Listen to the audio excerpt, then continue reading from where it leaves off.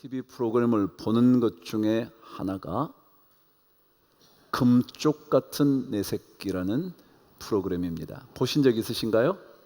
네, 저도 그 프로그램을 간간히 봅니다. 초등학교 3학년 여학생을 둔 가정이었습니다. 근데 왜 그 프로그램에 나왔냐 하면 이 아이가 자꾸 가출을 하는 겁니다. 근데 아직까지 어리니까 밤을 새우는 가출이 아니라 아침 일찍 나갔다가 밤 9시, 10시 되면 들어오는 겁니다.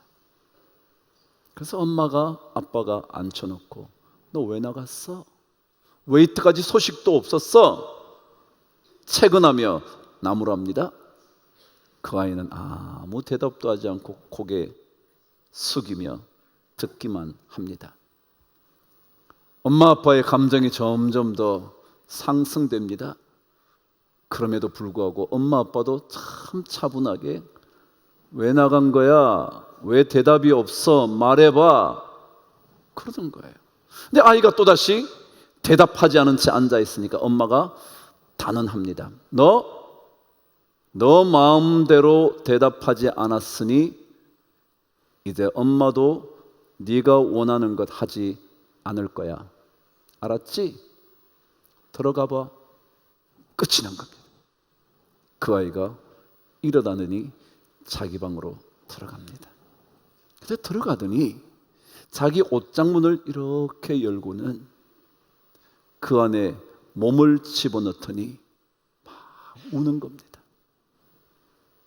방문은 열어놓았습니다. 왜냐고요? 아마 닫으면 부모들이 그랬을 거예요. 문 닫지 마! 그러지 않았을까요? 그러니까 문은 열어놓은 채 방으로 들어와 옷장을 열고 그 안에서 막 우는 겁니다. 그 프로그램에는 코끼리 캐릭터를 가진 기계 하나가 이 아이와 1대1로 대담하는 그 장면이 늘 나옵니다. 코끼리와 초등학교 3학년 여자아이가 앉았습니다. 금쪽아 안녕?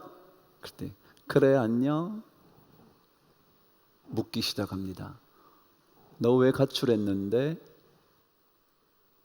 그러자 이 아이가 이렇게 대답하는 겁니다. 우리 집에는 엄마 아빠가 다 나를 싫어하는 것 같아. 어떻게 그런 걸 아니? 그랬더니 얘가 또 말합니다. 내가 엄마 아빠 곁으로 가면 엄마는 피하거든. 그럽니다. 자꾸 피한대. 피하는 것 같대. 코끼리가 다시 묻습니다. 너 엄마 아빠한테 듣고 싶은 말이 있어? 그러니 가만히 있다가 그 아이가 엄마 아빠가 나한테 사랑해 라는 말을 해주면 좋겠어. 그러더라는 거예요. 엄마 아빠가 나를 사랑한다고 말해줬으면 좋겠대. 아이가 뭐 늘 심각한 건 아니잖아요. 어느 날 기분이 좋았어요. 이 아이가 엄마 나 오늘 열심히 운동해서 500g 뺄 거야. 여자아이가 그렇게 말합니다. 그래? 그럼 운동해야지. 그래서 나 운동할 거야. 그래서 이제 엄마, 자기 그리고 아빠 여기서 운동을 시작하는 겁니다. 뭘 하냐면 막 그래서 엄마도 바로 막 신나가지고 막 이제 하는 거예요. 조금 하다 보니까 힘들까요? 안 힘들까요? 그래서 엄마 나 조금 쉬었다 하면 안 돼? 그때 엄마가 이 아이를 쳐다보지도 않은 채 운동을 하면서 하는 겁니다. 안 돼. 계속해. 알았지? 딱 그러는 거예요. 그 이 아이가 할 수 없이 또다시 합니다. 그래서 또 하니까 힘드니까 엄마 나 좀 쉬었다 하면 안 될까? 안 된다니까. 네가 한다 그랬잖아. 네가 살 뺀다며. 하기로 했으면 해야지.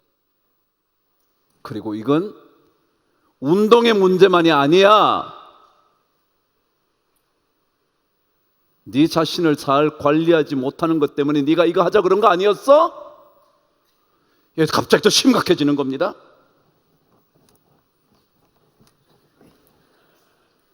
힘들기 시작하자 그때부터 눈물이 뚝뚝 떨어집니다. 도움을 요청하려고 아빠 나 쉬었다면 안 돼? 아빠가 말합니다. 안 돼, 계속해. 드디어 울면서 운동을 하는 겁니다. 막 울면서. 여러분, 자녀를 잘 기르고 싶지 않나요? 그런데요, 자녀를 잘 기르려면 참 많은 것이 필요할 거예요. 어쩌면 이 부모들처럼 원칙을 정한 대로 잘 따라가는 훈련, 자신을 절제할 수 있는 훈련, 자기를 관리할 수 있는 힘, 규율과 규칙과 법칙을 가르쳐주는 일 중요할 거예요. 그런데 그것보다 더 중요한 것은요, 아이는 엄마한테 아빠한테 사랑해, 우리 딸 최고야, 그 말 듣고 싶다는 거예요. 그 말 듣고 싶다는 거예요. 규율 좋아요, 원칙 좋아요. 그러나 그것보다 더 중요한 것은 사랑이잖아요. 은혜잖아요. 부모의 은혜를 모르면요, 자식은 집을 나가는 거예요. 이 아이에게 또 코끼리가 묻습니다. 너 그날 밖에 있는 동안 무섭지 않았어? 근데 이 아이가 말합니다. 무서웠어. 더더욱이 나보다 큰 오빠들이 막 돌아다닐 때 나에게 다가오면 어떡하나 너무 무서웠어. 그런데 왜 안 들어갔어? 들어가면 엄마한테 더 혼날 것 같았어. 그러는 거예요.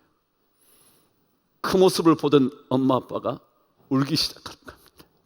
막 우는 거예요. 너무 울어서 스튜디오에서 바깥으로 나가는 거예요.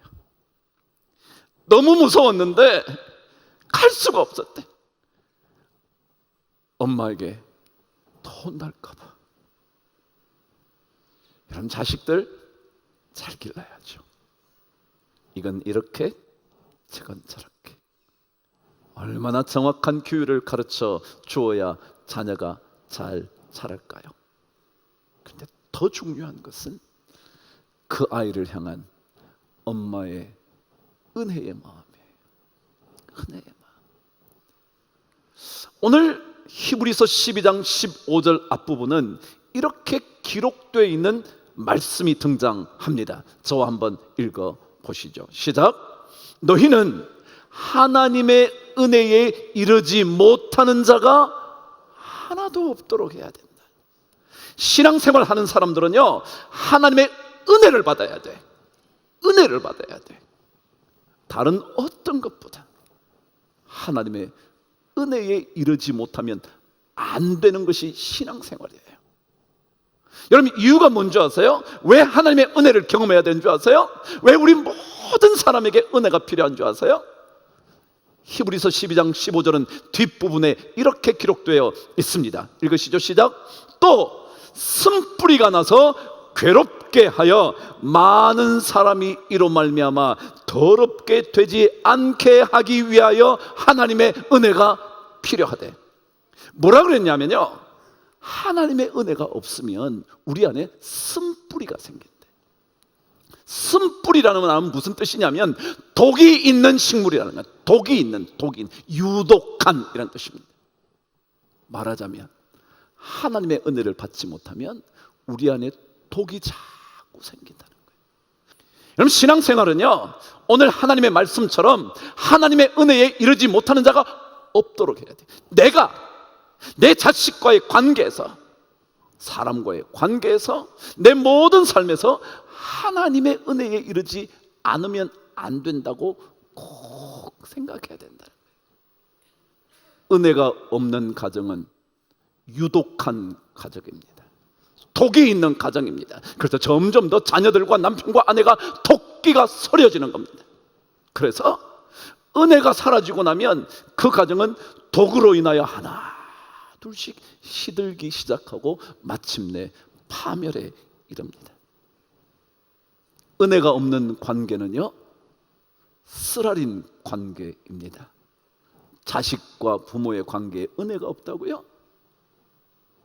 독이 퍼지기 시작합니다. 은혜가 없는 종교는요, 무섭습니다. 하나님의 이 말씀 속에는 은혜가 있습니다. 은혜가 사라진 마음에 독이 자리기 시작해서 마침내 그 은혜가 사라짐으로 인하여 내 모든 삶이 무너져 내립니다. 여러분, 구원이라는 것은요, 은혜의 좋은 소식입니다. 구원은 은혜로 말미암아 주어지는 복된 소식입니다. 그래서 이 구원이라는 것은 은혜가 사라지면 절대로 생명을 얻지 못하게 되어 있습니다. 우리 모두는 은혜로 살아갑니다. 오늘 성경 5절 말씀은 이렇게 기록해 두고 있습니다. 우리가 남은 자가 된 것은, 읽어보실래요? 시작. 은혜로 택하심을 따라 남았다. 여러분과 제가 이렇게 남아 있는 것은요, 은혜로 말미암아 남았다는 거예요. 여러분이 잘해서가 아니에요. 하나님의 은혜로 지금까지 이렇게 있다는 거예요. 여러분, 엘리야는요, 오늘 말씀에 이렇게 말합니다. 나만 혼자 남았대. 나만 혼자 죽으라고 목숨 걸고 싸웠는데 나 혼자 남았다고. 근데 정말 자기가 잘 싸워서 살아남은 걸까요? 제가 한번 얘기해 드릴까요? 바알 선지자 450명과 아세라 선지자 450명과 영적인 전투를 벌입니다. 갈멜산에서 말이죠. 각자가 제단을 쌓습니다. 제단 위에 제물을 올립니다. 그리고 각자의 신이 얼마나 그들의 제물을 받으시는지 확인하자며 불이 떨어지기를 기도합니다. 그것을 더 명백하게 확인하기 위하여 물까지 붓습니다. 얼마나 많은 물을 부었는지 도랑에 흐를 정도까지 물을 부었습니다. 그리고는 기도하기 시작합니다.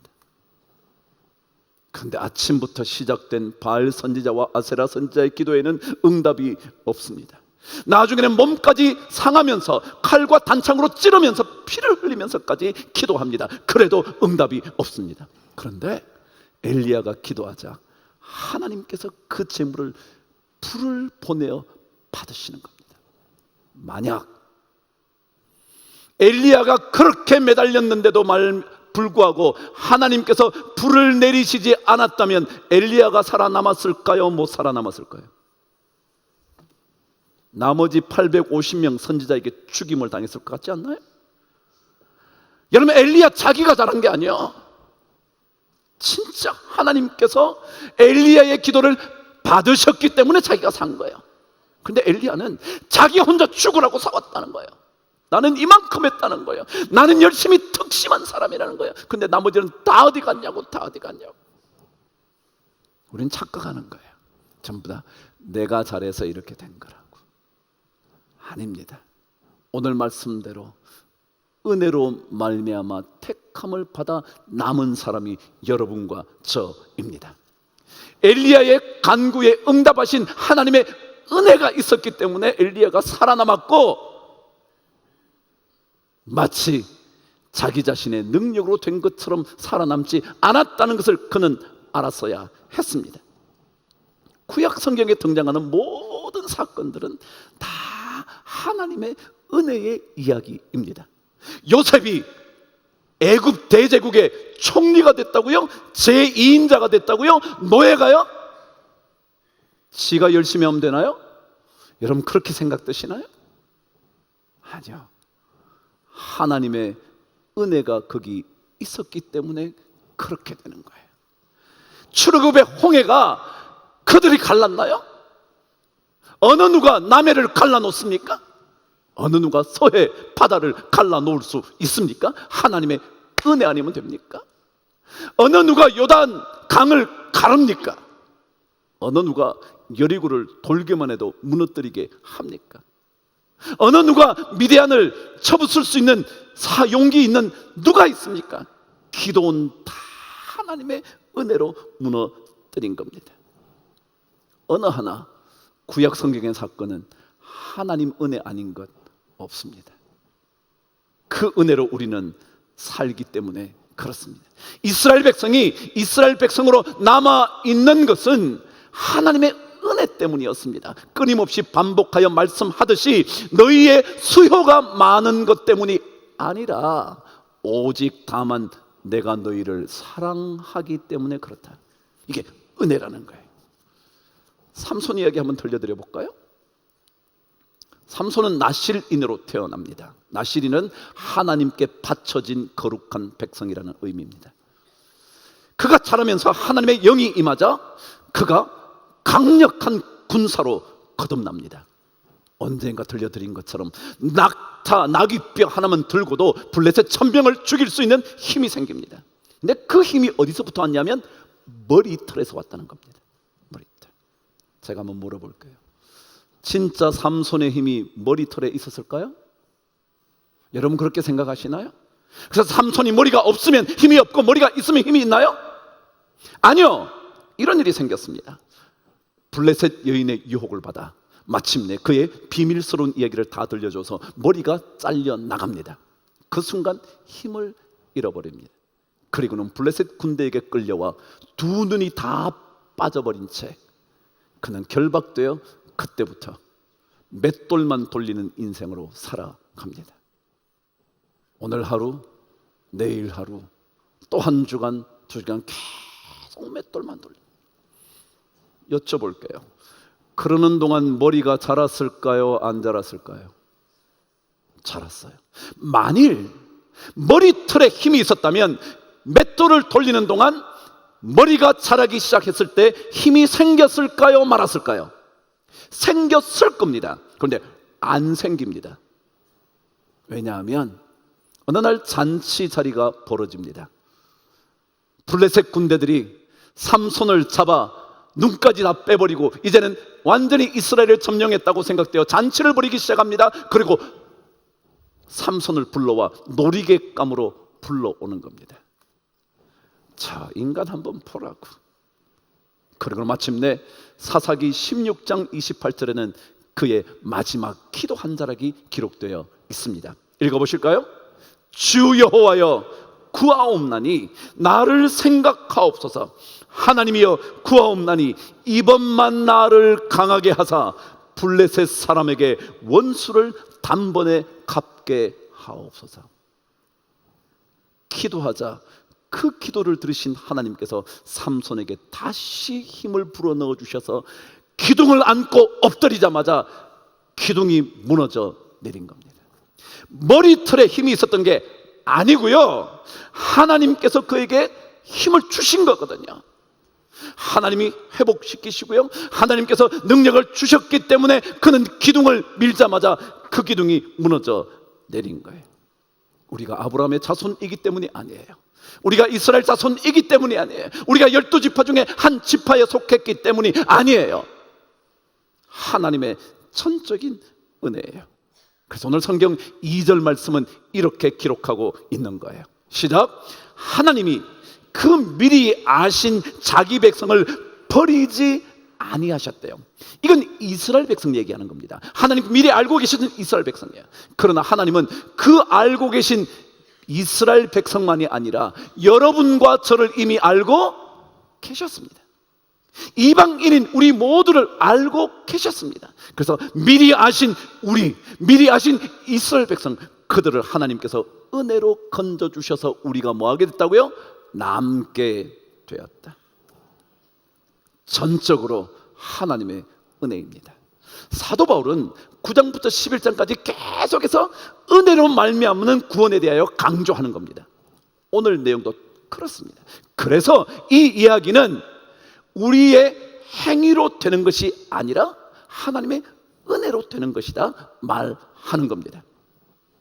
누차 강조했던 갈라디아서 2장 16절의 말씀처럼 말입니다. 한번 읽어 보실래요? 시작. 사람이 의롭게 되는 것은 율법의 행위로 말미암음이 아니요 오직 예수 그리스도를 믿음으로 말미암는 줄 알므로. 마지막에요. 시작. 율법의 행위로서는 의롭다 함을 얻을 육체가 절대 없다. 우리가 그렇게 해서 가정을 세울 수 있는 게 아니다. 엘리야는 자신이 이렇게 살아남아 있게 된 것이 자기 자신이 생명을 걸고 싸워왔기 때문이라고 생각하고 있었어요. 그래서 나밖에 남지 않았다고 생각을 한 거죠. 그런데 성경은 그렇게 말하지 않아요? 아니라고. 내가 나를 위하여 바알에게 무릎을 꿇지 않은 몇천 명이요? 7천 명을 남겨뒀다고. 우리는 내가 다 해서 되는 줄 알아요. 내가 다 해서 우리 가정이 이렇게 남아있는 줄 알아요. 아니요, 하나님께서 뭐요? 7천 명을 남겨주셨기 때문에 가능한 거예요. 내가 다 자식을 잘 길렀어요? 그렇지 않아요. 하나님께서 그렇게 해주셨기 때문에 그래요. 그분이 남겨두시지 않으셨다면 우리에게 남아있는 것은 아무것도 없다는 거예요. 그래서 이사야 1장 9절은 이렇게 기록을 한 겁니다. 읽어보실래요? 시작. 만군의 여호와께서 우리를 위하여 생존자를 조금 남겨두지 아니하셨다면 우리가 소돔 같고 고모라 같았으리로다. 아멘. 하나님이 뭐 해줘서요? 남겨줘서. 하나님이 은혜로 우리를 남겨주셨기 때문에 우리가 그런 거예요. 우리 가정이요, 여러분이 얼마나 잘 해오셨는지는 모르지만 착각하지 마십시오. 엘리야처럼 말이죠. 우리는 전부 하나님의 은혜로 된 겁니다. 로마서 9장 16절은 그래서 이렇게 말했다고 제가 알려드리지 않았나요? 그러므로 그런즉 원하는 자로 말미암음도 아니요 다른 박질하는 자로 말미암음도 아니요 뭐라고요? 오직 긍휼히 여기시는 하나님으로 말미암았다 그랬잖아요. 하나님으로 긍휼히 여기시는 은혜를 베푸시는. 그래서 오늘 11장 5절은 우리에게 이렇게 얘기합니다. 읽으시죠. 시작. 그런즉 이와 같이 지금도 은혜로 택하심을 따라 남은 자가 있느니라. 그런즉 지금도 은혜로 남은 자가 있는 거지 다른 것으로 남은 자가 있지 않다는 거예요. 결론 한번 읽고 말씀을 정리해 볼까요? 6절 저와 함께 읽으실게요. 만일 은혜로 된 것이면 행위로 말미암지 않음이니 그렇지 않으면 은혜가 은혜되지 못하느니라. 그래요. 은혜는요 행위로 되는 게 아니에요. 이런 거 제가 조금 잘했다고 되는 게 아니에요. 한 가정이 이렇게 남아있게 된 것은요 은혜로 된 거예요. 내가 좀 잘해서 된 게 아니고요 하나님 은혜로 된 것이었습니다. 하나님의 은혜가 아니면 우리는 이 자리에 존재하지 않습니다. 존재할 수조차 없습니다. 오늘 말씀 그대로 우리는 은혜로 말미암아 된 것이기 때문에 행위를 내세울수록 그 가정은 쓴뿌리로 점점 나아가게 됩니다. 마침내 유독한 가정과 삶이 되는 거죠. 우리 한 주간 동안 하나님 은혜를 또다시 사모하실 수 있게 되기를 바랍니다. 왜냐하면 그것 없이는 우리는 설 수 없기 때문에 그렇고 그것 없이는 어느 누구도 남아 있을 수 없기 때문에 그렇습니다. 자녀 잘 기르고 싶으세요? 하나님의 은혜에 부탁하십시오. 그래서 오늘도 한 주간도 나머지 한 달도 하나님의 은혜에 부탁함으로 살아가는 우리 모든 성도들 되시기를 주님의 이름으로 축복합니다.